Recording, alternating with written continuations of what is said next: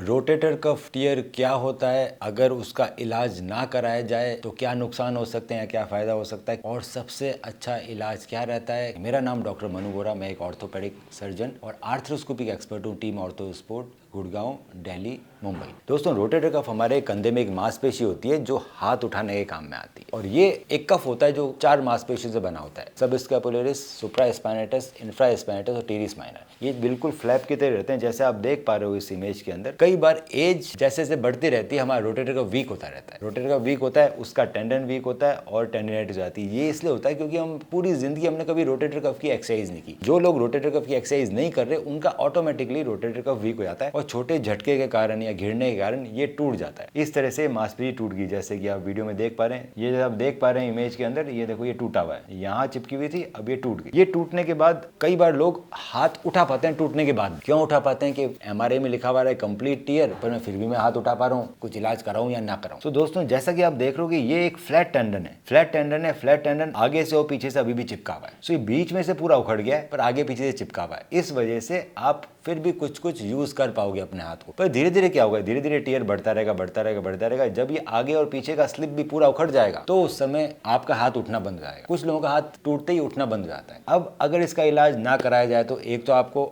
दर्द रहेगा रात में बहुत ज्यादा। जैसे जैसे टीयर बढ़ता रहेगा आपके हाथ की पावर कम होती रहेगी और एक टाइम आएगा जब आपका हाथ उठना बंद हो जाए। दूसरा सबसे इंपॉर्टेंट बात, ये हाथ उठाने के साथ साथ इस हमारी जो हाथ की हड्डी है ह्यूमरस, इसकी छत की तरह रहता है और उसको ऊपर जाने से बचाता है। ये जब छत टूट जाती है तो हमारे जो हाथ की हड्डी ह्यूमरस है वो ओवरराइड करती है, ऊपर जाती है। अब ऊपर जाएगी तो कैसा दिखेगी, और हम देखते हैं कि कैसे रोटेटर कफ टियर हो जाए तो कैसे कैसे हमारी हड्डी खराब होने लगती है। तो आप ये देख पा रहे हो, इसके अंदर बिल्कुल सेंटर में रोटेटर कफ टियर हुआ है, पर भी सेंटर में जैसे रोटेटर कफ टियर हुआ, ये हाथ की हड्डी ऊपर उठ गई और ऊपर वाली एक्रोमियम में उससे जाके चिपक गई। अभी जब एक्रोमियम से चिपक गई तो यहाँ पे अर्थराइटिस होना चालू हो गई और हमारा शोल्डर जॉइंट पूरा का पूरा खराब हो गया। अब ये अर्थराइटिस के अंदर सीवियर पेन होता है रात में, और इसके बाद दूरबीन की सर्जरी नहीं हो सकती। इसमें होता है फिर शोल्डर रिप्लेसमेंट। बहुत बड़ी सर्जरी होती है, बड़ा चीरा लगता है, बड़ा रिवर्स शोल्डर रिप्लेसमेंट करना पड़ता है जो कुछ ऐसा दिखता है। सो अगर आप अपने रोटेटर कफ को इग्नोर करोगे तो आपको इतनी बड़ी सर्जरी करानी पड़ेगी जिसका नाम है रिवर्स शोल्डर रिप्लेसमेंट, क्योंकि आपका कंधा खराब हो जाएगा, धीरे धीरे वो ऊपर उठ जाएगा। तो ये दूरबीन से सर्जरी हो सकती है। दूरबीन से सर्जरी होती है और 2 तरह के रिपेयर होते हैं उसमें, single row repair, double row repair. Double row repair का मतलब है 2 रो बनाते हैं रिपेयर करने के लिए। जैसे ये आप इमेज देख पा रहे हो, ये डबल रो रिपेयर है, एक लेटरल रो रिपेयर है, ये वाला मीडियल रो रिपेयर है। सो 2 रो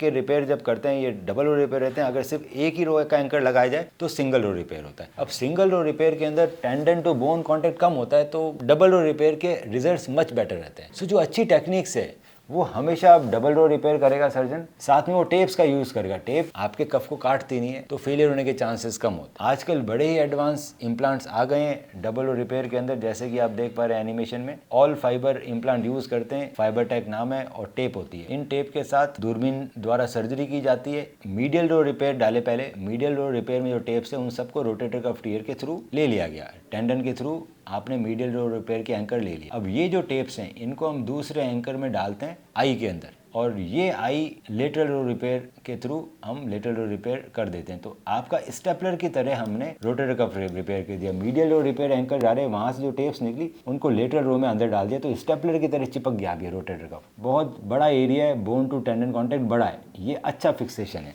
single row repair rotator cuff tear इस तरह का दिखता है। तो आप लोग भी सर्च कर सकते हैं सिंगल रो रिपेयर और डबल रो रिपेयर में दिखता कैसा है।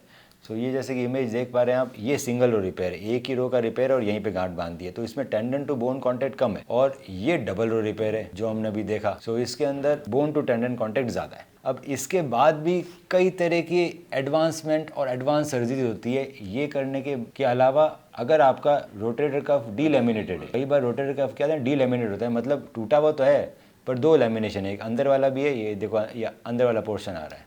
सो अंदर वाला पोर्शन ये, और ये बाहर वाला पोर्शन टूट तो गया है पर ये दोनों पोर्शन अलग अलग हो गए। सो इस कंडीशन में दोनों को रिपेयर इस तरह से किया जाता है कि इसमें जो एंकर डाला जाता है वो अंदर वाले पोर्शन से भी निकलते हैं। सो अंदर वाले पोर्शन को पहले रिपेयर किया गया है, उसके बाद फिर बाहर वाला पोर्शन रिपेयर किया गया। सो बहुत ज़रूरी है कि एक अच्छे सर्जन का चुनाव करना, कि वो इतना एक्सपर्टीज रखता है कि डीलैमिनेशन या नॉर्मल टीयर को कैसे रिपेयर कर सकते हैं, डबल रो रिपेयर क्या होता है। सो ये सारी चीज़ें करेंगे तो सिग्निफिकेंटली आपके रिजल्ट इंप्रूव हो जाते हैं, फेलियर के चांसेस कम होते हैं।